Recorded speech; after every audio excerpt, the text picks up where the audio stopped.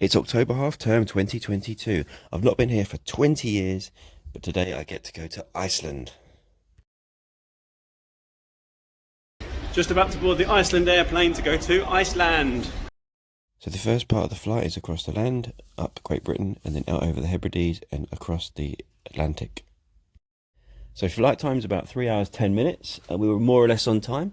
That was nice. And then some of the students were looking at doing some time-lapse pictures out the window, so I got in on that, and I'm quite pleased with the result. Quick shot of St Kilda, and we landed safely at Keflavik. We head out across the basalt lava fields of the Rekjanes Peninsula. This is a place of dormant volcanoes and fascinating geothermal activity. The open treeless landscape is stark.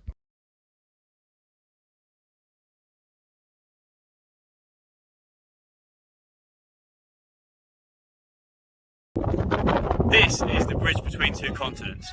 65 million years ago, the North American plate started moving apart from the Eurasian plate.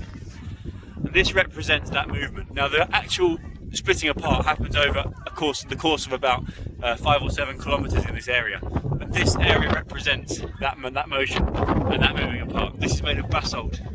These are fairly dense rocks, which makes ocean floor in almost every case in the world, except here, where the ocean floor is pushed up above the surface of the sea, and the reason for that is that it is on a hotspot.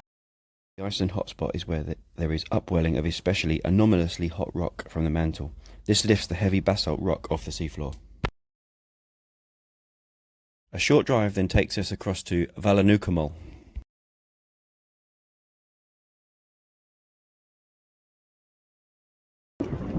This sculpture is a memorial to the great auk. Here it is, a penguin-like bird, and the last of its kind was killed. The last pair was killed on the 3rd of June 1844. It's worth looking at this on YouTube. It's quite good fun. Another short bus ride takes us to Gunnever. Here we have Solfatoras and Fulmaroles. These were collectively named Gunnever after the female ghost that was laid there. Here steam condenses and mixes with surface water. Carbon dioxide and hydrogen sulfide make the water acid. They alter the lava rock and the clay.